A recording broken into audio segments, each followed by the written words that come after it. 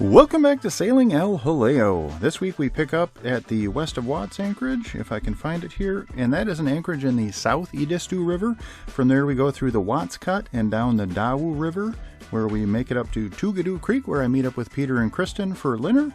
From there we head up the North Edisto River, which turns into the Stono River, and gets us over to Charleston. After anchoring for a night in the Stono River, we head through the Elliott Cut and over into the Elizabeth River, and we make our way across Charleston Harbor. From there we head up the ICW and we anchor for the night in Dewees Creek, or Dewees Creek, I'm not sure how you pronounce it. So I think that's about as far as we'll get this video, so we might as well go ahead and get right into it. Grab a drink, climb aboard, and let's get going. After spending a night in the South Edisto River, we were able to sleep in the next morning because I wanted to try and nail the tide transition. I knew once we got on the road we'd be fighting against the current in the Watts Cut, but once we got to the Dewees River we'd be going with the current, and then I wanted to try and nail the tide transition where the Dewees meets the North Edisto River. And you know, in my typical fashion, we actually left about an hour early. I just got antsy. You know, I hate sitting around in the morning. I normally get up at 3 or 4 in the morning, and then I'm ready to go before the sun even comes up or right at first light. So it was kind of killing me to sit around and wait. Even though I knew it would be better to wait, I just jumped the gun and left about an hour early. So we did get a ride down the tide in the Dewees River, but we got to the North Edisto River too early, and we were fighting against the tide up to Dewees Creek. So that was slow going, and I burned about an extra hour's worth of fuel, but it is what it is.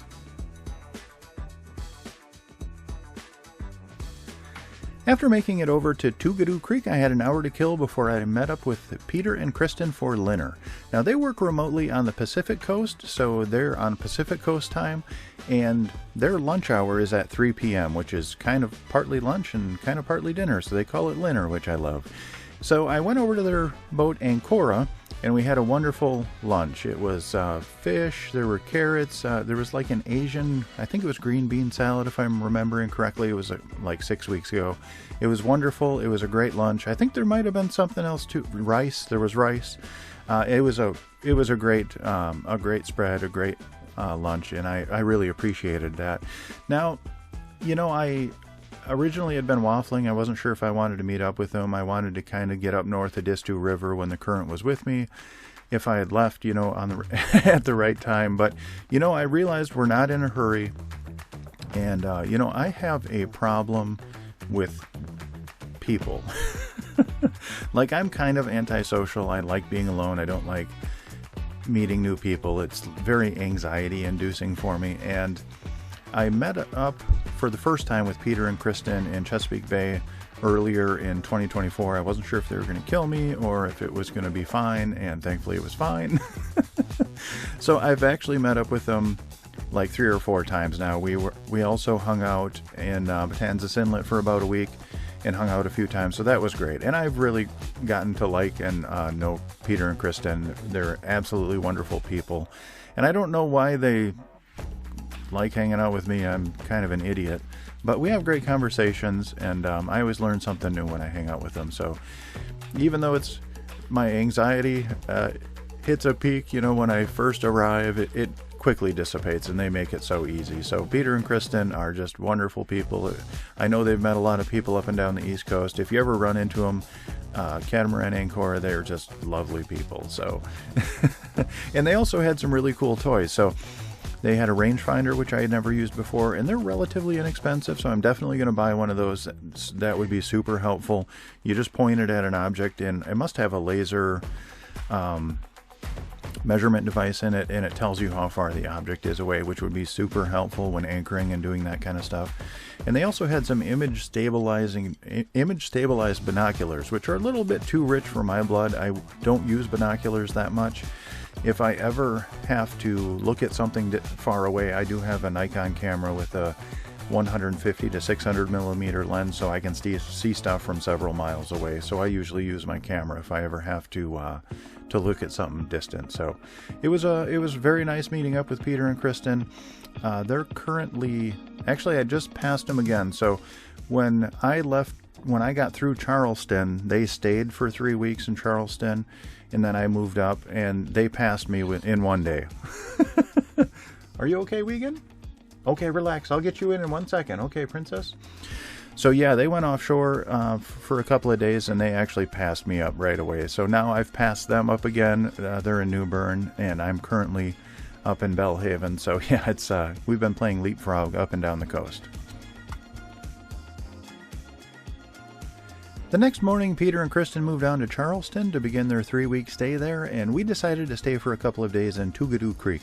There was some rain and bad weather coming in, and we don't like traveling in the rain just because EJ's cockpit is uncovered, so why put yourself through that when you don't have to?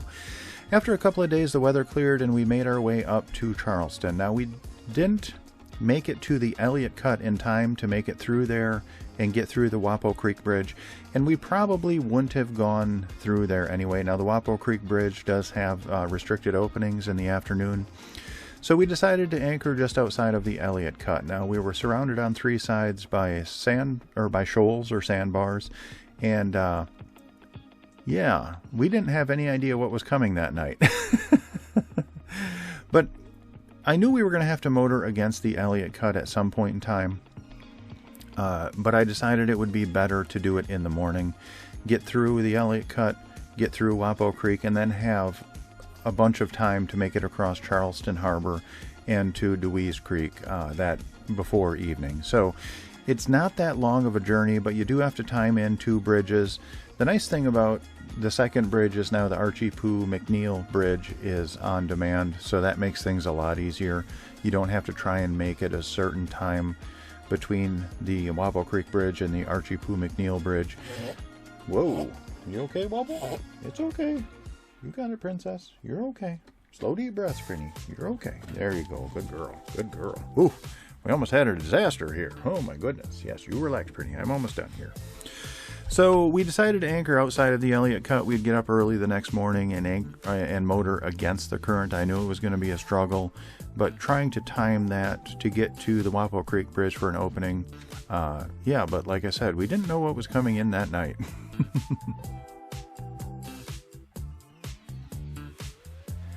That night we hunkered down and we knew some bad weather was coming in, but we had no idea we were about to face the worst weather we had ever seen at anchor.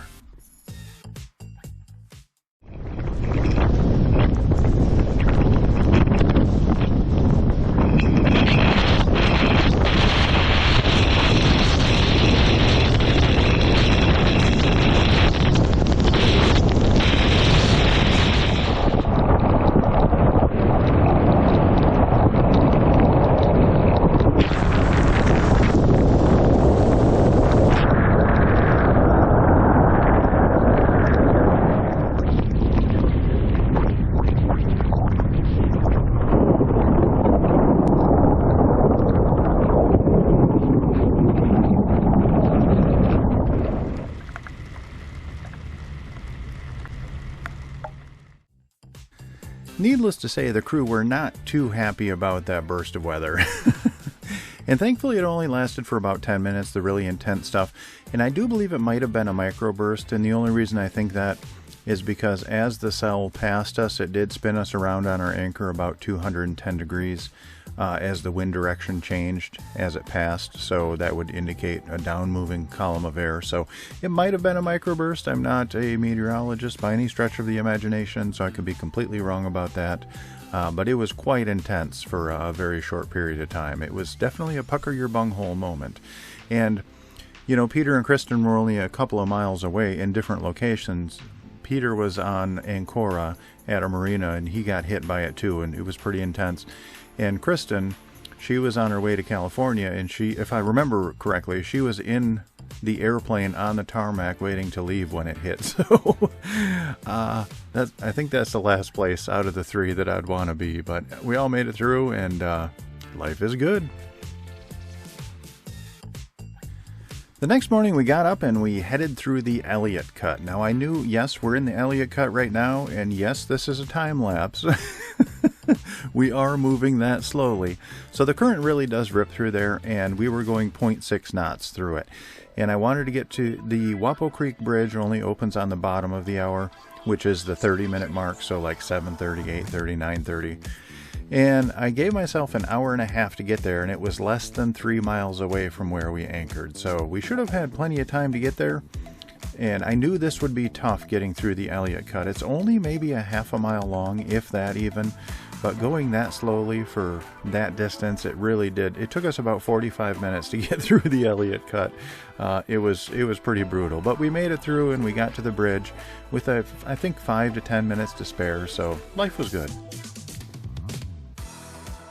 After making it through Wapo Creek, we entered the Elizabeth River, which spills out into Charleston Harbor. We like to cross Charleston Harbor on a relatively calm day. It can get pretty choppy out there, especially with the container ship and tanker travel. It's a pretty busy harbor, and a lot of vessels are out there throwing up some wake. And the wake, it's not very big. It's only about 4 miles across, and the wake can kind of bounce around a little bit inside of the harbor itself. So we had a very good day. It was smooth. We shot straight across, and we made it with no problem at all. And then we headed up to the Archie Poo McNeil Swing Bridge, which is now on demand, which is awesome. They'll open whenever you get there. It makes things a whole lot easier. It used to be only on the top of the hour, so that would give us an hour and a half to make it to that bridge, which is about 6 miles away from the Wapo Creek Bridge, and that was a stretch for us. We really had to haul butt and make sure, we always made sure the wind was in our direction of travel so we could use the sail. And it was stressful to get there, because if you didn't get there, you'd have to wait for an hour in a very narrow creek that's shallow, and it was hard to turn around in. So I'm so glad they put that one on demand. It just makes life so much easier. After making it through Charleston Harbor and the 2 bridges, we anchored for the night in Dewees Creek.